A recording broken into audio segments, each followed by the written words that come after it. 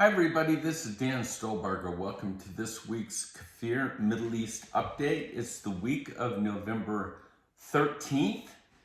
And just a quick reminder as we get started, PDF PowerPoint accompanies this YouTube video and a lot more information, photos, etc. You can get that either on the link of the YouTube page or at our website at holygroundexplorations.com. So check it out. And then just a shameless plug. If this is helpful for you to get more of a kind of an everyman's view of the Middle East, please share it with your friends. We just kind of want to get the word out. I truly believe that Israel is central to God's plan for the, what shall we say, the end of days. And we need to be aware of what's going on. So anyhow, Middle East update. Let's jump right into our news bites. It's only been a week. It took a week before Biden actually congratulated Netanyahu for his win in the Israeli elections. Some believe it's because Bibi waited, 4 or 5 days before he congratulated Biden. And so it's sort of a tit for tat sort of thing. My gut is that there's something more to it than that. I truly believe that the Biden administration is disappointed with the outcome of the Israeli elections. As of today, this is Sunday, Israeli President Isaac Herzog has given Bibi the mandate to form the next government for Israel. So Bibi's response was, quote, "I intend to be the prime minister of everyone, for those who chose me and also for those who didn't choose me." Some of the lingering questions in the background with Bibi that people are sort of wondering is, will he strike Iran? The incoming Netanyahu government will no doubt be focusing in on preventing Iran from acquiring nuclear weapons. Later, there's an article from Niki Haley, who basically believes that now that the midterms are over, the U.S. proposal to Iran, this so-called nuclear deal, is a done deal. And bottom line, it's not good for Israel. So what will Bibi do? Many believe his legacy, I tend to believe this, is the ultimate protection of the Jewish state. I believe Israel will strike. And then the second thing is that the two things that I think are on Bibi's agenda for this stint is not only Iran, but also Saudi Arabia.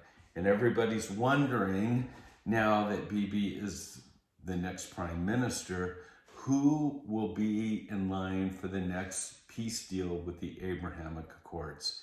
And I think the biggest plum out there is the Saudis, because you get the Saudis in and you truly have Sunni versus Shiite, the Sunni Arab nations, including Israel, against the Shiites, and the Shiites primarily Iran. I think that's what's up. So those are our news bites for the week. Since we've mentioned Iran, Iran's latest threat, it seems they've developed a hypersonic missile system that's capable of penetrating all defense systems.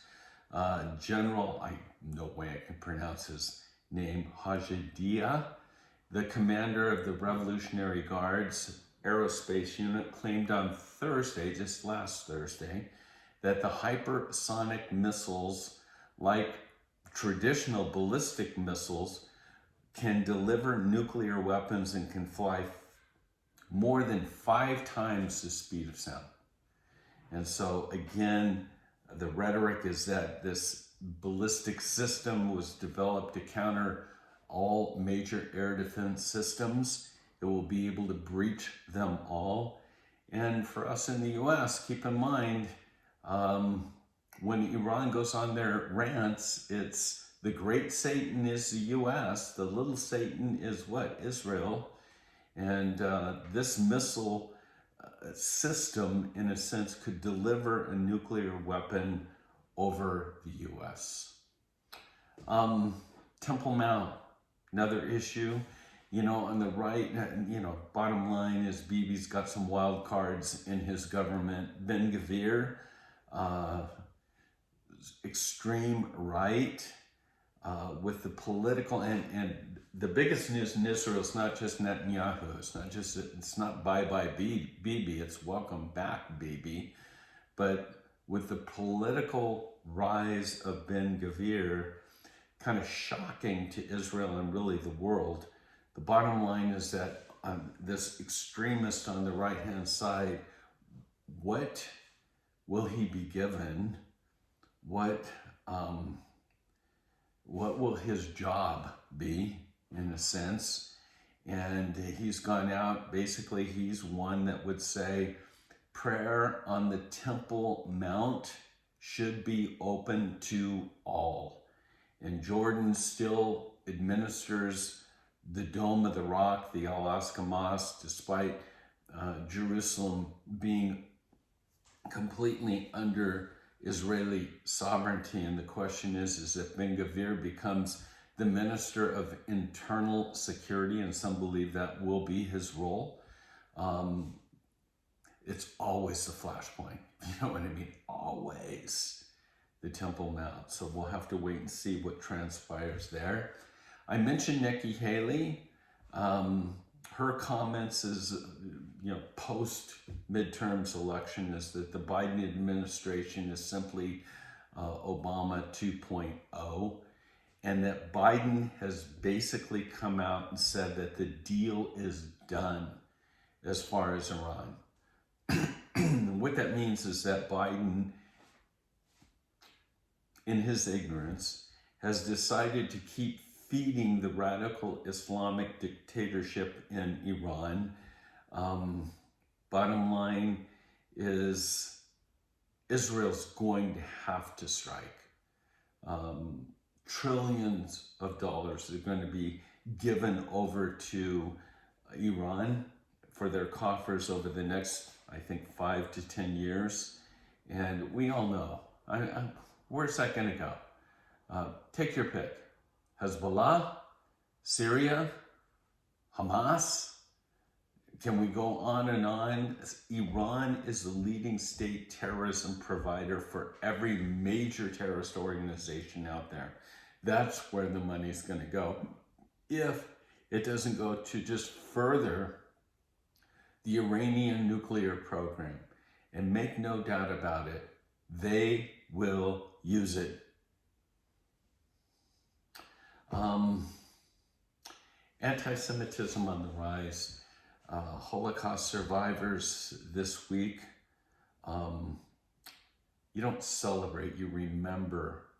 It's the 84th Kristallnacht anniversary, the breaking of the glass, the continual ramping up of the Nazis. But the bottom line is that Jewish hatred, even here in America, society has increased to 34%.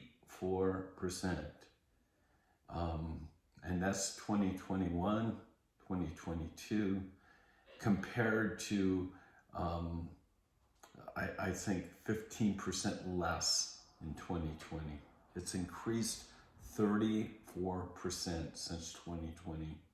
Jewish hatred. Kind of went in on a couple positive notes. Seriously. Dead Sea Scrolls, a new discovery in the Judean desert. Archaeologists have made an astounding discovery this week. Lost Dead Sea Scroll fragments along with mummified remains of a child, discovered at the legendary site known as the Cave of Horror. Bottom line is that they found, I'm teaching in our old-fashioned Bible study, we're going through Zechariah, so you knew we'd get this. One of the fragments that were found was from Zechariah 8, 16, and 17. which literally just says, these are the things you are to do. Speak the truth to one another, render true and perfect justice in your lives, in your faiths, and do not contrive evil against one another. Do not love perjury, because all those things the Lord thy God hates. You know, I'm probably going to use this Tuesday night Bible study, but amazing. And so in the PDF, you'll see the cave that it was found in. And again, I wonder how much more is still out there yet to be discovered. So that's our Middle East update for the week. As you know, we're heading back to Israel in February. And the dates are February 15th through the 24th. Please pray about joining us.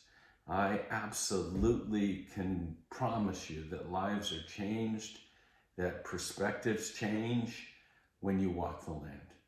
And so my tagline is that if you love the Word of God, if you love the Bible, you've got to come to Israel, because it all comes alive.